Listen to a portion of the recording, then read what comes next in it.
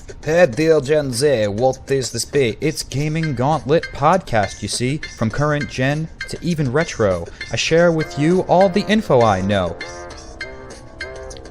We pull samurai blades, don't forget to save. This gauntlet can flaunt it so even trolls are phased. Come push start, get ready to play. Gaming Gauntlet is here today. What's going on, everybody? It's me, DeoGenZ, and it's time for another Gaming Gauntlet podcast. Today, this whole entire week, I've been trying out something called Half-Life Lost Coast. It was something that I picked up in a Half-Life bundle pack on Steam that allowed me to see what the designers were doing with the physics engine, how they were figuring out how they would move things with the gravitational gun, how they would manipulate the physics. For those of you who don't follow Valve very much, you might not know, but they are huge on making your own experiences via giving you a simulator, giving you a physics engine to run out in, and then letting you mod the hell out of it, whether it's Portal, whether it's Gary's mod, or Team Fortress. I mean, there are so many infinitely awesome mods out there because that is their premise. They want to basically test. You know, I get every time a sense when I listen to the commentary tracks, and I know most people who get Valve games just get it to play it, but if you do have some time, you want to figure out how some of your favorite games were made and why they were thought up that way, like Portal, for example, I definitely recommend turning on the developer's commentary because it's fascinating, the process they go through. With that being said, I'd like anybody who knows someone who's related to game programming in the comments below message me how we could get in touch with them so they could come onto the podcast and give us some more info, some background on the coding of our favorite games, because that's something I want to do, especially as this podcast expands. I know we just got past our 10-episode mark, and we did it kind of staggered up because it was a bunch of episodes in the previous year or earlier in the year, and now I'm just coming back to it. So once we get a bit more up there, get some seniority in this podcast, I'd definitely like to bring in some video game developers and programmers to tell us how difficult it really is, how our snide reviews and casual experiences that we felt with the game are a ton of times difference when you're the one who's programming it. I mentioned 2 podcasts ago, I believe, you know, I myself programmed a game. It was very rudimentary, very simple. I didn't even have to develop the engine. Now the source engine, I'm not entirely great on my video game history, but I believe it was developed by Valve. It may not be. That's why I got you guys in the comments to let me know. This is how I learn things. But they had to build their own engine. You know, they had to build a way to make what's in their mind into beautiful graphics for people to play with, something that is trademark, like the head crabs. Everybody knows head crabs from Half-Life, and if you don't, then you at least know it in part by Super Meat Boy if you're in the indie game scene now. So great game programmers and developers throughout time are remembered, and something that is unfortunate was that Half-Life start out, it didn't really shine a lot of light on some of the inspirations that propelled that game forward. Basically, they didn't really hint towards at any time, at least I haven't seen yet, what was their motivation, what were they looking at as a kind of base example to develop these engines. And they were looking at Jurassic Park Trespasser. Now, Jurassic Park Trespasser is an LP I did a while back on this channel. Horrible quality. I really don't recommend you guys view it because at some point I am planning to do a redux of that LP with better recording technology besides my camcorder and actually have sound on there too. But this was back in the day when 3D engines were just coming about, and things are very wonky and weird in this world. You know, Nintendo has that whole procedure locked down. It seems as though it's easy. It seems like it's simple. And 64, of course, it's just a progression of technology. It was eventually going to go 3D, as eventually video games will go into holograms. But people don't take the time to sit back and consider, wow, how much numerical figuring is there for Mario to do one jump and land on a Goomba so that when he lands, where you see his shadow and where it is over the Goomba is actually going to equal that Goomba being defeated. You know, that's a lot of variables to come together with and figure out. And what was interesting about Trespasser was it didn't have the kind of motivations I feel that Valve does. You know, Valve is, in my eyes, one of the most hardcore gaming companies out there because they so heavily listen to the community, because they are big-time gamers themselves. They're not just people in there trying to make a quick buck on some skills they learned in college because they could program some things, so they thought, let's make the next Carnival games and rake in the cash. No, these guys are gamers themselves who are learning and expanding as we too learn and expand and redefine our definitions for gaming. So what we find as a satisfying simulation definitely changes over time. Going back and playing a new Nintendo 64 game compared to something so streamlined as what you can find on Steam today, it's a big difference. And just, you know, the graphics alone can get you to think, wow, why would I play this game when it's ugly looking? But back in the day, that was revolutionary. It was groundbreaking. Tomorrow, here's a fact that if you don't know is coming out, Pokemon Coliseum, which was released on the GameCube. Now, GameCube is upheld as one of those consoles for its time of being very pretty with the graphics. Unfortunately, Nintendo didn't keep that trend going with Wii, but regardless, GameCube's graphics were amazing, and to me, that was my first time experiencing 3D.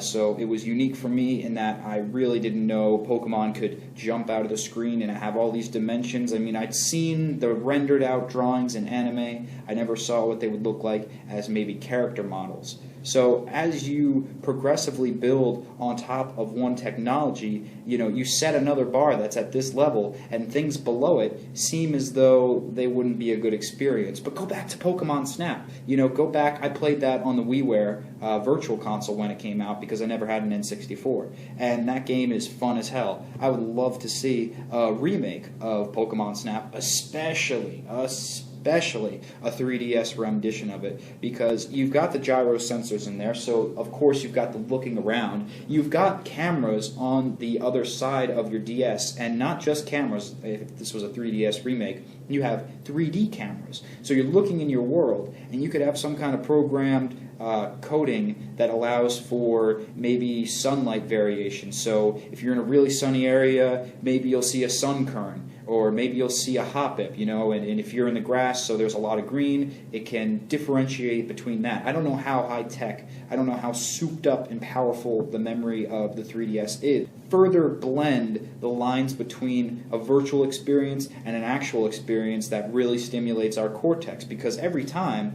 you get a release of dopamine, it's a real effect that video games have, and that's why it's so powerful and why some people can be sucked into them and eventually never come out. But that's one thing you have to be aware of. A lot of things can produce dopamine, including video games. So when we start to blur the lines between this looks real, this looks like a game, which happens every iteration of a graphics card update, it seems, these days, you know, it's going to be very hard to tell and rip yourself away from a game. You may eventually be in a world where you're constantly playing a game. Some small iterations of that would be something like the Pokewalker. You know, here's a pedometer device that you're going to be walking around with anyway. You're going to be walking to whatever location you need to go throughout the day. Now it actually translates into experience for your Pokemon, so it's as though you're actually having adventures with your Pokemon. Now this is just one step. This is one step in further connectivity with the player and the game experience, making it seem as one, making the mind meld with the machine. You know, eventually we may see holograms. Eventually we may be walking beside some kind of ghostly-looking Pokemon that isn't a ghost type necessarily, but is this flickering iteration of 3D forms we've seen in games like Coliseum and Stadium, but they're right out there in the real world, and we don't need a screen between us to see 3D. You know, that's why I think the 3DS, I really, really hope that Nintendo is still on top of development with that. I hope they're not ready to throw in the towel because they didn't have as big of console sales as they thought. They need to consider, you know, the economy's not great. Not everybody's rushing out to buy the newest thing.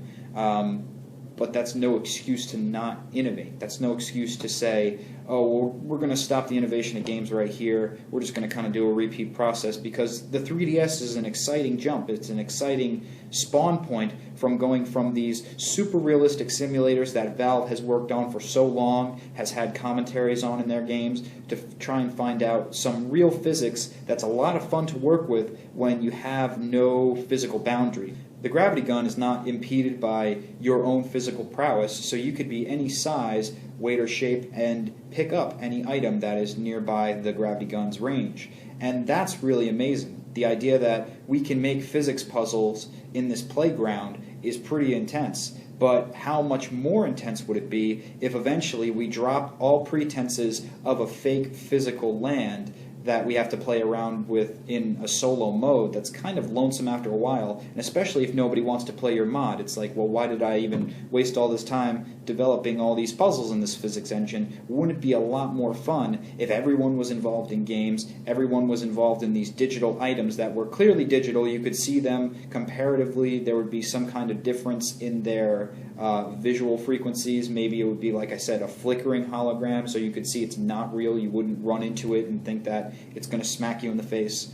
But if people had some kind of gauntlet, gaming gauntlet, had some kind of gauntlet to project what experience they wanted to play, and with these digital items, you further blur the lines of simulation and reality to the point where you realize, how much of what I'm doing already is not just some simulation. I mean, yeah, it all seems real because we're living this life, but sometimes I wonder, how there are mini games within games? Well, does a game know it's a game? I know it doesn't have sentience or consciousness, but when you look at the stuff of what makes up a game, at the very base of the cartridge or CD or even the download, you're dealing with protons, neutrons, and electrons. You're dealing with atoms. You're dealing with these small little things that come packed together in order to create some kind of electron experience. Electrons moving through a circuit in a certain way to produce visuals, to produce new photons.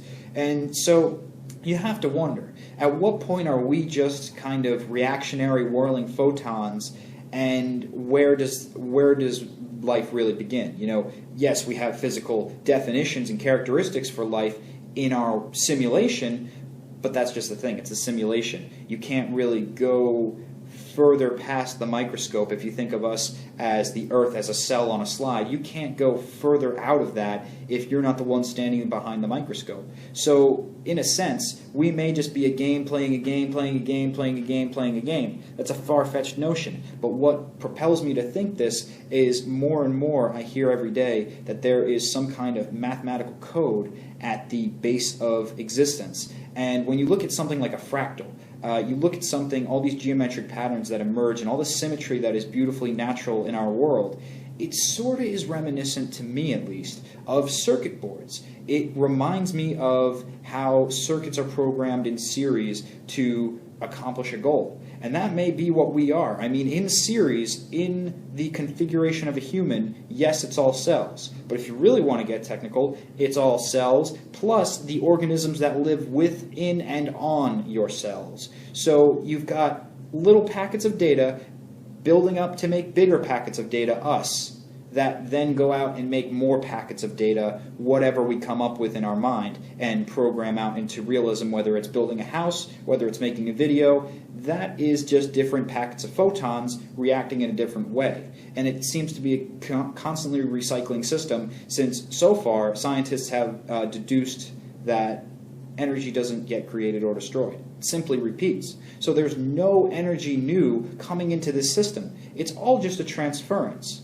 So who's to say that this is not just a reciprocating fractal circuitry that we're playing through, and this gaming that we're doing is more of a way to define how we are ourselves. We try to look towards other things to find metaphors and meaning towards our own existence. Why are we here? That's one of the biggest questions. And the humorous thing about it is the whole idea of why we're here may just be to play, may just be to come up with different games for us to mess around with. Try the physics simulation in different ways. What happens when we do this? What happens when we do that? Well, that had a positive result, that had a negative. Well, let's go positive and keep asking questions from there, and it never stops. That's another reason I admire Valve and the way that they program their storylines. Portal, on the surface it looks like a humorous puzzle game with awesome voiceovers, and that's about it, and some more frustrating level design later on. But when you get down to why it's so satisfying, and this is why I do these gaming philosophy types of talks, because games are a fascinating experience that just recently emerged. I mean, I was born in the 90s. I know there was some video games in the 80s, but nothing like there is today. I mean, really, nothing like there is today. Yet, it's impossible to have what we have today without having the retro games, the 8-bit, the arcade games of the 80s. So, in that sense, it's very much an evolution of a new organism, which is interesting in itself because, again, you want to go back to what are we all made up of? We're made up of different atoms. However, there is different ways these atoms can be formed. They can be made in a sense that is becoming living. It's becoming a biotic factor, breathing, reproducing, energy consuming, energy transforming, but nonetheless, there's still energy transference between non-living organisms like a game cartridge. You may not know it, but slowly but surely the energy is dwindling from that. I know for me, at least with my Game Boy Color games, the internal battery would run dry at some times. But even further than that, you give time a couple of millennia, and that chip might just be reduced to its metal components and might just rust away completely. There may be other organisms like fungi who grow on the cartridge. Did you know this? There's actual mushrooms that grow in plastic. They eat the plastic, and they can grow in a non-oxygenated area. So what I'm saying here, as I am pretty much every episode, is life is strange, very odd, and we may be able to better define it if we think of it as a video game. It's just a simulation. It's a simulation to see what happens when we mix a set of organisms together in a physics simulator, in a set of physics rules, to see what kind of games they'll come up with. So, I want to know, what games are you coming up with in your physics simulator? How are you tilting the field? What mods are you enacting or texture packs have you hacked? Just considering that, I'd like to know. But transitioning wonderfully over from science into Pokemon, I am going to be making an exclusive opening on Planet Poke for the TCG series. It is a special TCG pack of cards that you cannot find anywhere else on the market because they haven't even been invented yet. But I am developing them now. And that is a Protista pack of Pokemon cards. Now, Protista, if you're not in bio, I don't expect you to know what that means. But when we look at even simpler things that we know better, like video games, we still can extrapolate these grand conclusions, especially when they're backed by science, and especially when you see it's a repeated pattern from the microorganisms to the macro like ourselves. But these protists, these different kingdoms of organisms, the first true nucleus-based organisms, which mean they had their genetic code, their instruction booklet, protected in this thing called the nucleus, this nuclear envelope wrapped around it, making it harder to penetrate, making it more difficult for viruses to attack, and this was what was believed to be the branch point into plants and fungi and animals, all that good stuff. Remember a couple episodes back I said that Pokemon is training the scientists of today, those who played Pokemon back in the 90s. I would bet that there's a good majority of them who went on to be scientists or are scientists in training like myself, and the reason for that was the cognition of all these forms that we saw from time and time again. First 150 set of forms, then over 200, over 300. Every generation ushered in a new set of imaginary organisms to memorize. And by way of collecting the cards, which were like flashcards, watching the show, which was like observing the nature in process, and playing the games, which would be experimenting with the metagame mechanics, so you see what are the actual hardcore numbers that lie below the very surface of these colorful characters.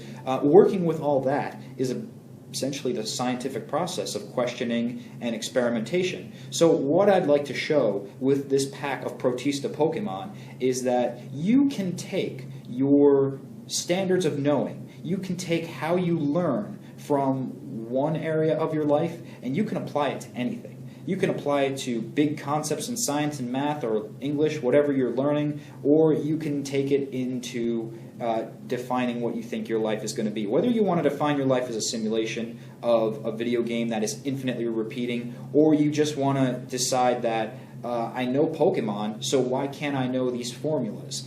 You can learn in this method I'm going to show you very quickly things that you thought, why would I ever need to know this? How am I ever going to know this for just a test? this will be able to rectify that solution and maybe give you guys some better tips on how to study. So it's real-world information mixing with the fictional lands of Pokemon to try and bring out some better understanding of our life, of our world, and I hope you guys check that out. I'll make an annotation for when that comes out on this video, so if you're watching at that point when it's clickable, you know it's good to see, and hopefully it'll help you out in bio if you are studying that yourself.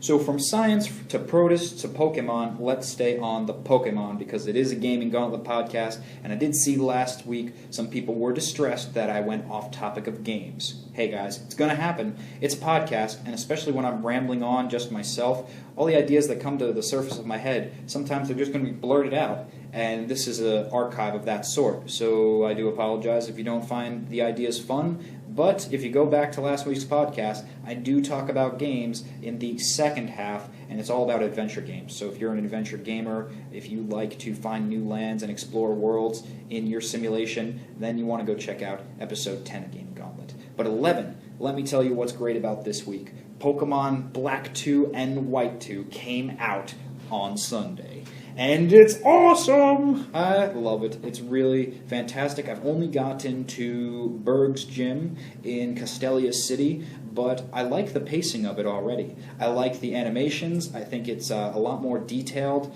and it's really a great last effort on the DS front, because do remember, Black 2 and White 2 are not 3DS exclusive because they would be isolating way too much of their market, since Nintendo is kind of worried about the fact that they haven't sold a bunch of 3DS consoles, and whether they're going to move forward on innovation or not, they still have to pay attention to the massive fan base that is on DS. And I think that's great that they did that. But it's a great last step on the DS front, and there are even 3DS exclusives. Oh my goodness. I think that you can get a exclusive Dream Radar, which I don't know much about right now because I haven't looked into it, but that will unlock sort of a augmented reality world where you can find Pokemon. So similar to how I was saying earlier, they should come up with a Pokemon Snap that did that. This Dream Radar is sort of a hint towards that, perhaps. But the DS features are fantastic. I mean, you've got your video chat, so you can do sort of Skype type of battles if you want. Mainly I stick away from that because a lot of people I verse, or at least in the past, were from forums. And they're not always friendly on forums, so I don't feel like dealing with twits and trolls, so I don't turn that on. But the battling itself is solid.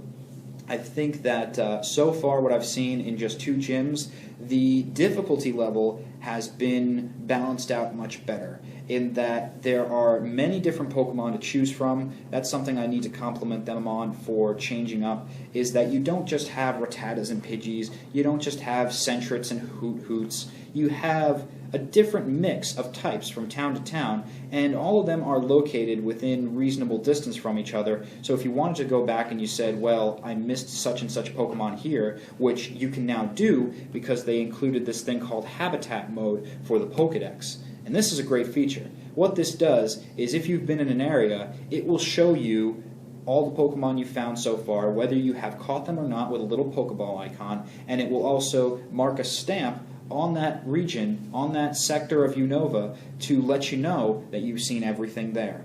And that's perfect for those of you who are trying to complete the Pokedex. The Pokedex helps you out, because before, yeah, it's an encyclopedia technically because you get a small data entry, you got some numbers on heights and weights for Pokemon, but seriously, when does that ever come into play? Who cares? Now I've got an actual use for the Pokedex, and I could actually see myself filling this thing up to the 600 plus pokes that are there. It's definitely an ambition, but considering I've caught all of them for these past generations, I've already got a good amount of the collection handled. So I think I may do that. But I'm going to try first with this Habitat Mode in Pokedex to find as many of them that I can on my own, just catching and trading as well. But the difficulty levels are great. I love that it's not just the typical normal types that you find until you get to a further patch of grass in the game. I always found that very annoying. At this point in the game, I find there to be no scarcity of teammates to choose from, whether you want a fire type or a water type. Water type's maybe a little bit scarce around the beginning because you have no fishing rod, but I'm not sure when you get that. So these are really my first impressions, some of my first gameplay, and it's cool to see how Unova has changed over 2 years. That was something I really enjoyed about Heart Gold and Soul Silver. There was a time progression where you could see how the world had shifted in this amount of time. Things didn't stay stagnant. That virtual reality simulator that you played years back when you were a child has shifted, and there are new buildings, there are new people, old faces that you remember before in black and white come back in surprising ways. I won't destroy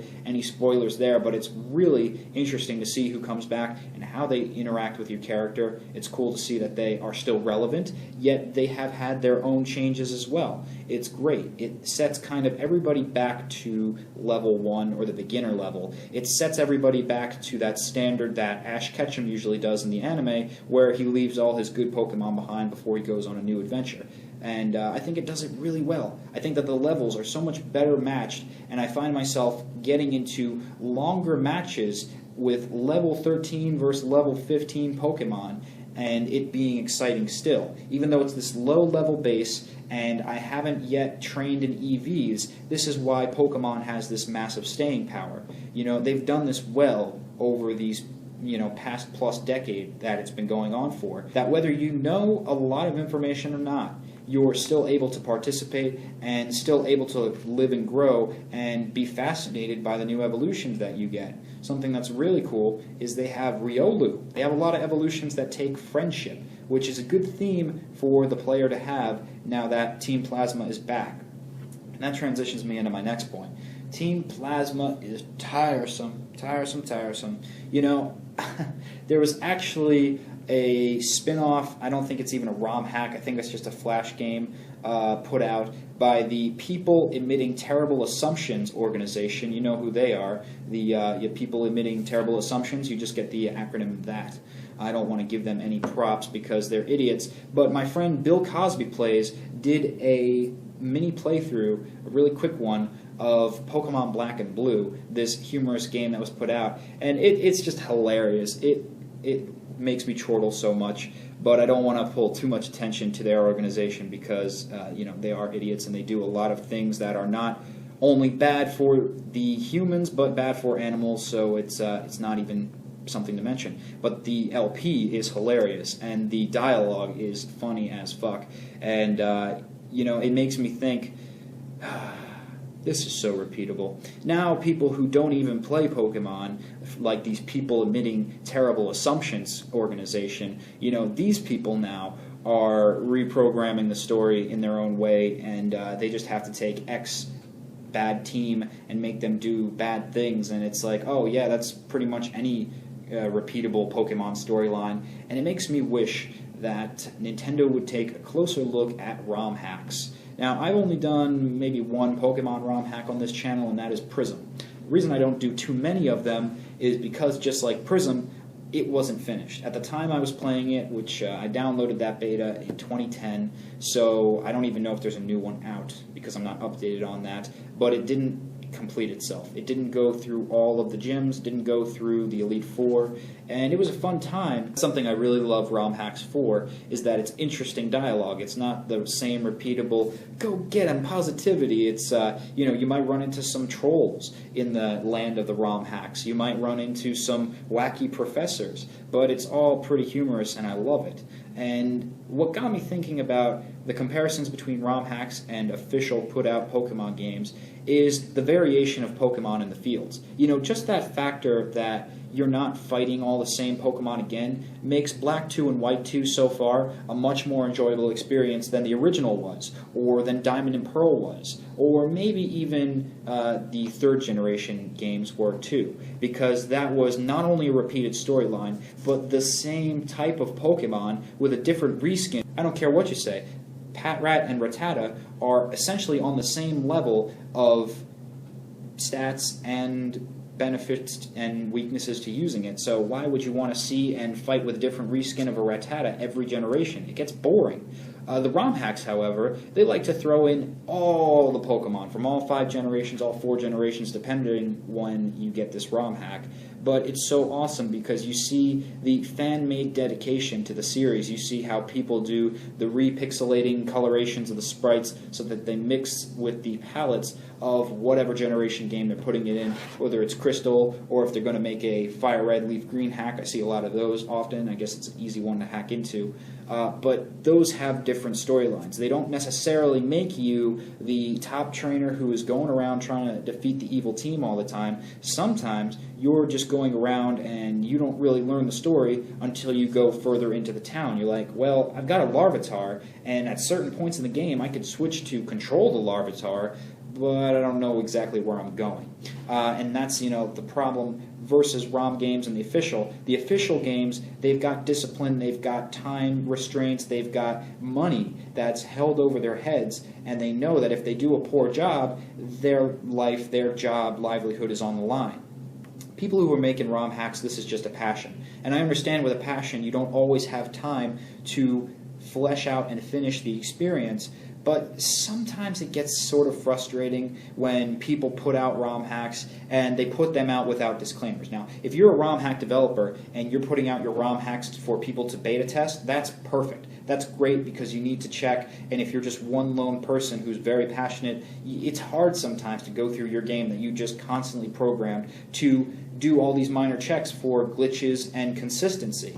When you have people online and you've got a forum supporting you, it's far easier, and I understand that. But there's some ROM hacks that go out there, and they don't have this disclaimer. They don't have anything that tells you if it's even winnable. I've played some Crystal hacks that were abominable, where you would get to Violet City, and whatever city it was renamed, you'd go fight the Bellsprout Sage once more, except this time, instead of Hoot Hoot and a Bellsprout, he's got a frickin' Celebi, and you've only got Cyndaquil, and it's so not fair. And he wipes the floor with you every time. And no matter how many times I walk throughout the wild grass and walk through that glitch spot in the tree, it does not produce any Pokemon or experience levels that are balanced. That's another great thing about the official side of Pokemon that unfortunately ROM hackers have to work on, is finding that balance, finding that cohesion in the metagame numbers, because that's where everything, whether we're paying attention to it or not, makes a lot of sense and makes it such an enjoyable experience.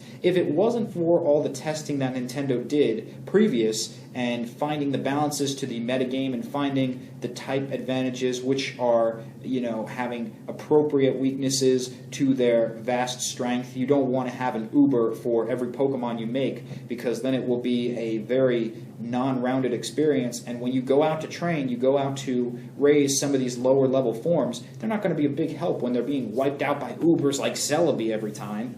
So you have to have more standardization. That's what's great about Black 2 and White 2, something that I must compliment them on, because it seems like they're doing it a lot better. It seems as they go through more iterations, and I know this from my own video creations, every video I make is one step above the last video I made. The last week's Gaming Gauntlet is crap compared to this week's Gaming Gauntlet, as next week's will make this week's crap, because I've learned so much even in that short amount of time. And I see that for sure in the developers of the Pokemon difficulty settings. Not only did they make it so it's more of a balanced experience when you first plug in the game to your DS and you switch on and play, but also Black 2, I don't think White 2 does this. I think it goes the antithesis way, where it lets you make the difficulty levels different. White 2 makes it easier, Black 2 makes it more difficult. So I got White 2 because I wanted that Reshiram form of Kyurem. I don't even know what it's called at this point because I've been staying out of the loop. I didn't want to spoil anything.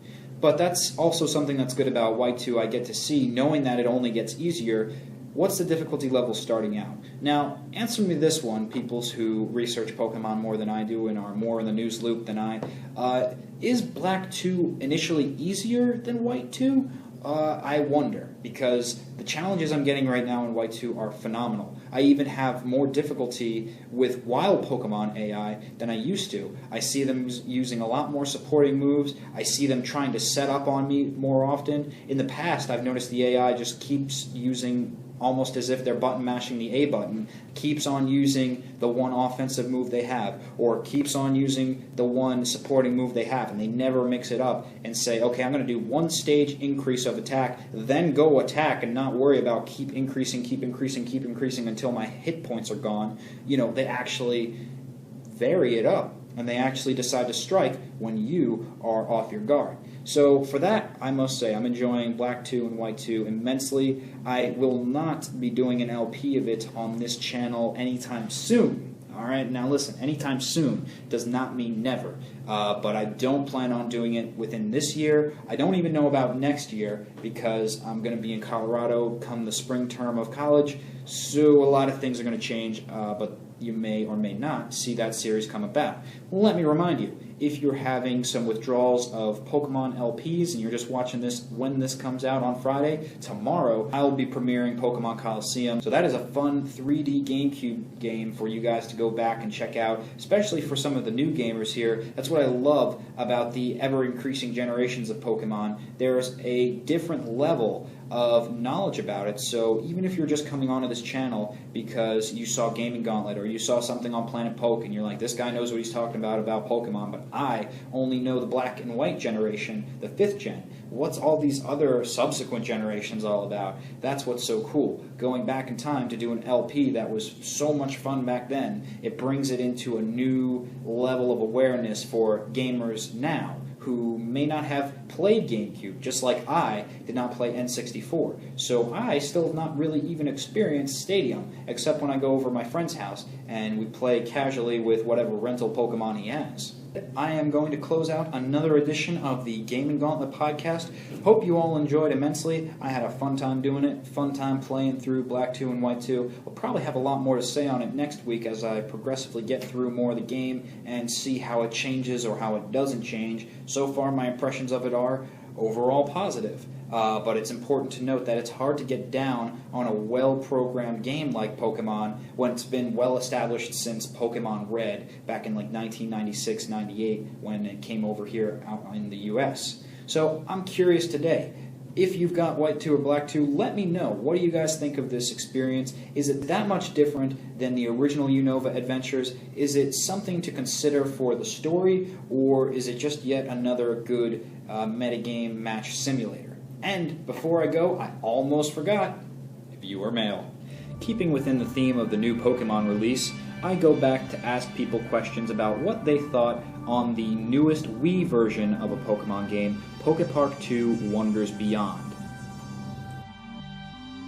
The Gamerface said, about the Pokepark 2 game, I'm a nerd for Pokemon. I love the games and all, but the Pokeparks are kinda strange. Pokepark 1 was good, though it lacked a storyline in my opinion. It was like become friends with everyone. But Pokepark 2, however, that game has a storyline of sorts, and a lot more battles, though I don't like the 5th gen Pokemon that starred in the game like Oshawott or Snivy. In short, Pokepark 2 is a good game, but both the first one and this had a problem with storyline as they both were repetitive. But they are fun to play, and the controls are easy to learn. To answer your question, I would say most definitely yes. Remember to save up the currency. Training your Pokemon is important but costs a lot. Hope this helped you. TTGF.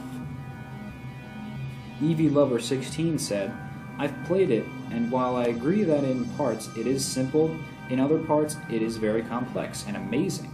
Also, you have to remember, it's a kid's game, so it has to have a little bit of simplicity. Overall, I think it is a great game in the Pokemon franchise. And finally, Apum Pikachu said, oh, I know you. You're a member of Planet Poke. Yes, indeed, I am a member of Planet Poke, and if you guys are watching and thinking, I want to do what DeoGenZ does, I want to get paid to play video games and talk about Pokemon and science all the time, how does this happen? Well, go to my main channel, and over on the sidebar there, over to the right, unless they move it over to the left, right, over, up, and down, around, whoever knows, because YouTube's always updating, but look for the description box over to the right where it is now, and you'll see a little link that says Apply to Planet Poke. So if you make Pokemon content, and I'm not just talking LPs, you could be a Pokemon pontificator like myself, who just sits on camera all day and talks endlessly about Pokemon.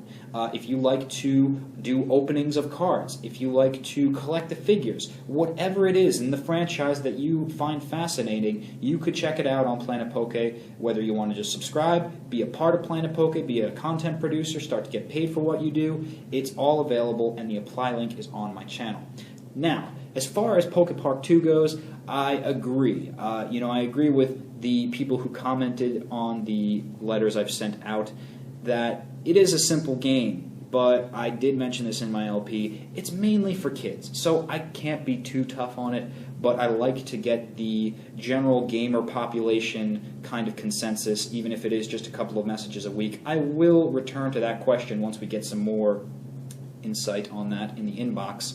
But I can't be too difficult on it. It is a perfect game for kids. If I was a father, I would definitely get this game for my kids. And I don't think I'd even make a rental out of it for them. If you're a Pokemon fanboy, and it doesn't matter what age you are, and you just want to try out every game, get a rental of it, because it's way too easy for anybody who's an actual gamer. However, if you're looking for a Pokemon experience that isn't too hardcore, not that Pokemon's hardcore, but isn't too non-user friendly in its difficulty setting, where your kid doesn't have to be perplexed over type advantages and charts and all that. I loved it when I was a kid. I loved figuring all this stuff out, but your kid may not, and they might just want a simple, fun adventure with the Pokemon, a great colorful experience, and one that's fun and reminiscent of the games they play on the playground, like hide and go seek and tag and not battle. I hope not battle. Timmy used wood chip chuck.